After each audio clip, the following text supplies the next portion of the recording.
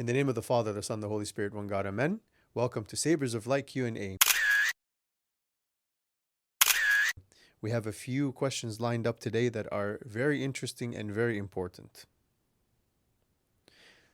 The first question that we have for the day is, why can't we eat seafood during the Great Fast or during the fast of Jonah or the Paramon Fast, which is the fasting, the day following up to the Nativity, as well as the Theophany? That's a very good question. In order for us to answer this, we have to understand, first of all, the differences between each fast. So in the Orthodox Church, in the Coptic Orthodox Church, there is two kinds or two degrees of fasting. There's fasting of the first degree, which is like the Great Fast and the fast of Jonah, as well as the fast of the Paramon, or the preparation to the major feasts. And there is the other kinds of the remainder of the fasting is considered fasting, but not of the first degree. So what does this mean exactly? This means that in the fasting in the first degree, we fast without any kind of fish or seafood products at all. And this is because traditionally in the church, this is how the fasting was from the beginning. And that brings me to the second point. When did this whole thing about the fish entering into the fasts begin? It was not always associated with the fast, actually. This came later when there was a need for nutritional purposes, actually, and in order for the people to be able to sustain themselves. But traditionally in the church, all fasts were done without fish, and all fasts were to the first degree. And in order to preserve this spirit of fasting, and to still have in the people the spirit of fasting to the first degree, we keep the spirit of the traditional fasting without any fish in those major fasts of the Great Fast or Lent, the preparation or the Baramon, as well as Jonah's fast. Also associated with the fasting is the intermittent part of it, or the abstaining in the morning, where we don't eat breakfast early on. Many people think that fasting is just about eating vegan products or non-animal products, but more importantly, actually, than that, and traditionally, is the fasting for a long period of time in the morning, where people will break their fast later on during the day. And when they break the fast, they break the fast with the simple non-animal products. In conclusion, to conclude the answer to this question, we first have to understand that fasting is not just from food, but fasting is a way of life, and fasting is a way that helps me to say no to myself and to put my spirit first, in order to always be on this journey of edification in my spiritual life.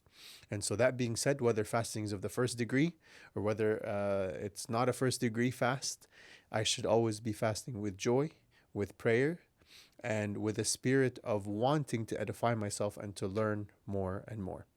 Great question. The second question that we have for today is, how do I recognize when to be vulnerable, especially when the people around me need me to be?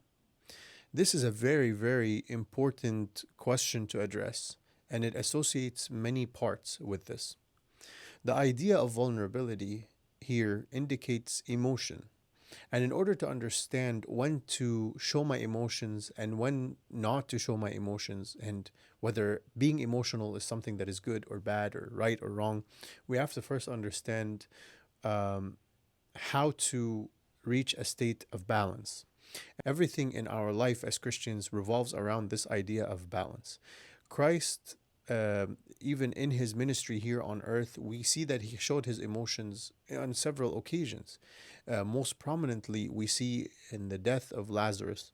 Even though he was on his way to resurrect him, that as soon as he saw the environment around him and he saw the people around him and his family mourning and all of these things, what does the Bible say? And it was a verse by itself. It said what? Jesus wept. Jesus wept, which shows here that Christ is showing emotions, and that the emotions is not something that is wrong. So then that brings us to a very important point.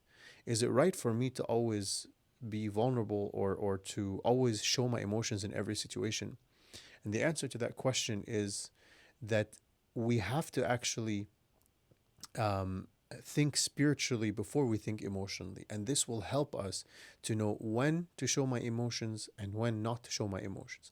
And it will also, believe it or not, guide me in the sense of how do I take logical decisions that are not just built on emotions. However, let us not forget as well that the Bible commands us that we should rejoice with those who rejoice, and we should be mournful with those who are mournful. This can actually be found in Romans 12, verse 15 to 17, where St. Paul tells us, "Rejoice with those who rejoice, and weep with those who weep. Be of the same mind towards one another. Do not set your mind on high things, but associate with the humble. Do not be wise in your own opinion. Repay no one evil for evil, regard for good things in the sight of all men." So this shows us here that it's important for us to show vulnerability when needed, and for us to be firm when needed, and that actually we are commanded to be joyful with those who are rejoicing, and also to join in the mourning of others when they are mourning as well. We see this in the church most prominently, that when we celebrate weddings together, everybody is happy, everybody is rejoicing and celebrating in the church for the bride and the groom that are being married. And we see as well, when it comes to mourning, that whenever anybody departs and we have the funeral prayers, again, everybody is united together, mourning together, and sharing in the sorrow of the departed's family. And this spirit has been there since the beginning of the church, and it's something that is beautiful, that unites us together, that helps us as well always keep in touch with each other in a way that separates us from animals. One of the things that separates humans from animals is the idea that we actually have emotions, and that we are all able to feel what each other uh, feel around us, and we are so connected and united together. I hope this clarifies a little bit about this idea of being vulnerable. The last thing that I want to leave you with here is a misconception that needs to be cleared up. Sometimes we're under the impression that if I show that I am vulnerable, then I am weak. This is actually not true at all. Otherwise, we would not have seen in so many situations, even in the Bible, that situations of vulnerability, that are shown in the Bible would not be stressed so much. We see this both in Old Testament and in New Testament. We see many of the saints and the prophets in the Old and in the New Testament show their vulnerability as they go in their journey, whether it's in preaching or in a certain tribulation that they're going through. Think most prominently someone like Elijah, the prophet, who is known for his strength and for his boldness and for his attitude that he will always speak the truth. We read actually that at some point Elijah was depressed. Why would the Bible include this if being vulnerable shows a weakness? And actually, through how his depression was dealt with, we see how we ourselves can have a good well-being. Another situation is in the New Testament, on many occasions in the book of Acts, as well as in many of the epistles of St. Paul, where he highlights the difficulties that he went through and the hate that he went through from many of the cities that he went to preach. Is St. Paul here just trying to vent or trying to show weakness? No, but it shows that through this vulnerability, this helped him realize how God is glorified in every step that he took. Amazing question. May God bless you. Finally, we come to our last question of the episode. And it says this: I have some confusion about a certain verse which says that bad company corrupts good morals. But how can you apply this in situations when you're supposed to be the salt of the earth, to show people Jesus within you? Not only this, when I cut bad company, isn't this me judging another human when everyone sins? How can I apply both verses of becoming the salt of the earth and at the same time apply the other verse here, of course, mentioning that, avoiding bad company? Thank you so much for sending in this question. And this is very important for us to address. This goes back to a very simple word that is very important for us as Christians, and this word is discernment. Being able to discern right from wrong, being able to discern when to be close and when to keep my distance. And one of the most important factors when it comes to this is having boundaries, building boundaries. Now, we have a misconception sometimes that being the salt of the earth and being the light of the world means that I expose myself to things that might actually harm me because this is what Christ commanded. But no, this is not the case. Actually, we are always commanded to take heed to ourselves and to make sure that we are not falling into sin. This is first and foremost a priority. And this is why Christ says in the Gospels that if your eye causes you to sin, pluck it out. Lest, that it is better for your eye to be thrown in hellfire, rather than your entire body to be thrown into hellfire. And says the same thing, if your hand causes you to sin, cut it out. It is better for your hand to be thrown into the fire than your entire body to be thrown in the fire. Indicating here, of course, we're not going to literally pluck our eyes out or cut our hands off, but here it indicates the importance of protecting myself and protecting my senses. And actually, if I'm not able to do this, I will not be able to help others around me. Let's actually talk about a very logical and practical example from our world today. When we think back to example the pandemic that we went through in the last few years, there were many doctors who were on the forefront of the battle against the pandemic and treating people when this happened.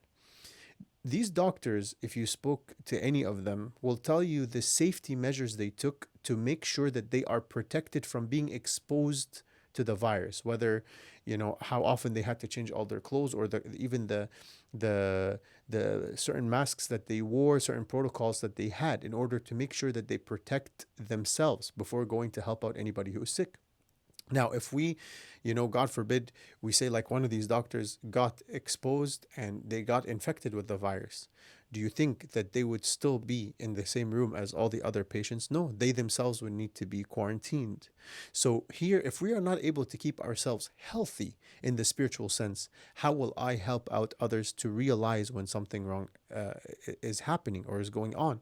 Of course, one of the examples we always hear as kids as well that helps us understand this point is if you buy like a batch of fruit, whether it's apples or whatever, think of your favorite fruit or vegetable. Now that we're in the fast, we're going to be, of course, talking about fruits and vegetables and non-animal products. So think about this. If you have one bad apple or one bad pear or anything like this in the midst of this batch, what are you naturally going to be inclined to do to separate this bad fruit away from the good fruits, or put the good fruits in another, store them separately, wash them, make sure that they were not exposed long enough? Why? To make sure that these fruits remain good, right? But here, how can we say that these fruits, if we take the example of the fruits, how can we apply the idea of like the salt of the earth or whatever, or how can the good fruits influence the bad fruits? Actually, very simply, by observing the fruits, right? How am I able to tell a good fruit from a bad fruit? If I don't have an experience from, being able to see that this fruit looks good, or I know when it's this color, it's going to taste good, then I'm not going to know the difference between like the good fruit and the bad fruit, right? And the same way, actually, for us as Christians, the most effective way for me to make a difference in somebody's life is to remain good, to remain a good fruit, to have good fruits. And so just through my actions and my mannerisms and how I live my life, right, as the Bible says in Matthew chapter 5, that they may see your good works and glorify your Father who is in heaven. Just seeing our good works that we do, following a Christian lifestyle, will be an influence enough to change somebody's life. Sometimes these simple things are how we can truly be the salt of the earth and be the light of the world. And so instead of always focusing on how can I go and preach to others, let's first focus on our actions, on our own spiritual life, because this will reflect on others and this will give a living gospel to others. It's not always about what I say. I will leave you with a beautiful quote that I heard recently. In one of the lectures that was for the priests that I attended, and this actually stuck with me very, very much. the speaker, who was one of the beloved bishops, I won't mention who it was because I'm not sure if he would want to be mentioned or not, but he was a bishop that came to visit us from Egypt, and he said, that we should be like the salt, and he said that salt has a very good quality to it. Salt changes the flavor, or gives flavor to anything that you put it on, and at the same time it dissolves. So the idea of being a salt to the earth is not necessarily that we just give flavor to the earth, but the idea that we're able to give flavor without we ourselves being visible. And that's the thing. And it's so deep when you think about it.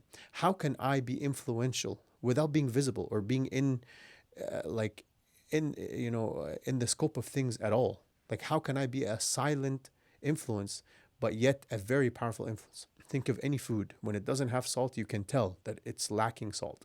And when it does, you know that it has it because of how it tastes. But very rarely will you ever see the salt in front of you, because it has dissolved. Um, and so it's important for us to think about it this way. Christianity is all about, how can I make an influence through my actions? Christ, knew when to speak and when to through his actions to portray a message. And same thing with all of the saints, whether the disciples or the church fathers. We see that the most powerful things that they did in their life were actions rather than just simple words. The words, even the words of the fathers, or the quotes of the fathers, were such a small percentage of what they contributed to Christianity. Thank you so much for sending in all of these beautiful questions. We look forward to always getting more and more questions so that we can answer them, and always be on this journey to learn and to be edified. Don't forget to like, share, and subscribe to Savors of Light. And if you would like to donate, there will be a link that will come up on the screen for you to be able to contribute to this service and to the church. May God bless you.